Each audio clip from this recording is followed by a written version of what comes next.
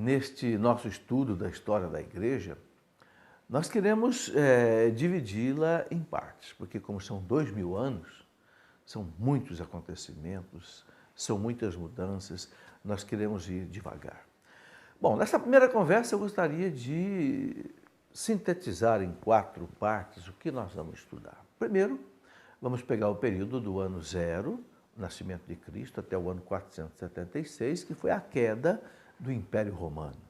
Um momento importante na história da humanidade. Roma caiu na mão dos bárbaros, né? Ano de 476. Aí nós temos a história antiga da igreja. Depois do ano 476, até mais ou menos por volta do ano 1000, mais 500 anos, 1054, houve o rompimento da Igreja Ortodoxa com Roma, né? A chamada Igreja Ortodoxa do Oriente, em Constantinopla, separou-se da Igreja Católica. Então foi um momento também muito importante, porque foi a primeira vez na história da Igreja que uma parte da igreja separou-se dela. Porque antes disso a igreja era um monobloco que pegava toda a Europa, o Oriente e o Ocidente, né? Mas a partir do ano de 1054 o Oriente se separou, né? Houve um cisma com o patriarca de Constantinopla, Miguel Celulário, que excomungou o Papa e o Papa também o excomungou e houve esse rompimento. Então aí, nesses 500 anos, 476 até 1054, nós tivemos coisas muito importantes, por exemplo, a evangelização dos bárbaros, que tomaram Roma, não eram cristãos, e a igreja foi os convertendo aos poucos.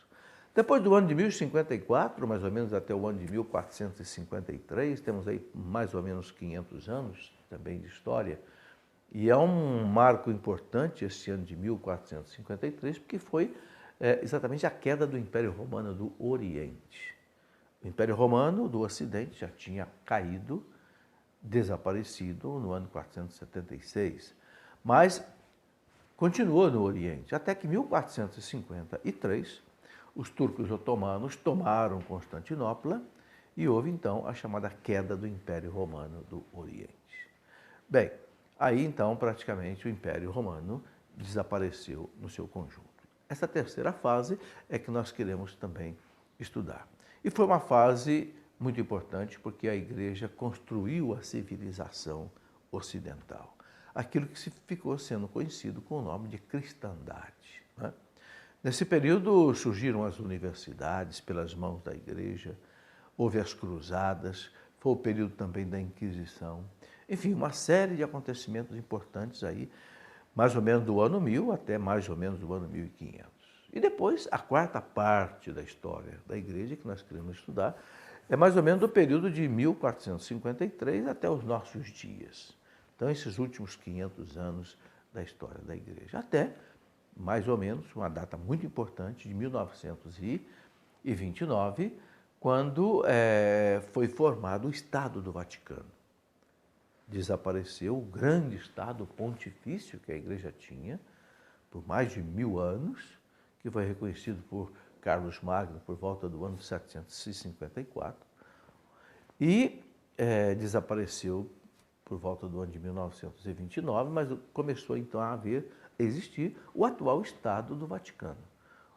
Um Estado muito pequeno, dentro da cidade de Roma, não passa de meio quilômetro quadrado, o que na verdade era antes 41.000 quilômetros quadrados, né? Reduziu-se hoje a meio quilômetro quadrado, tanto é que não existe nenhum campo de aviação dentro do Vaticano, porque é muito pequeno, tem apenas uns jardins, né? Mas aí o Papa vive e aí ele dirige a igreja no mundo inteiro.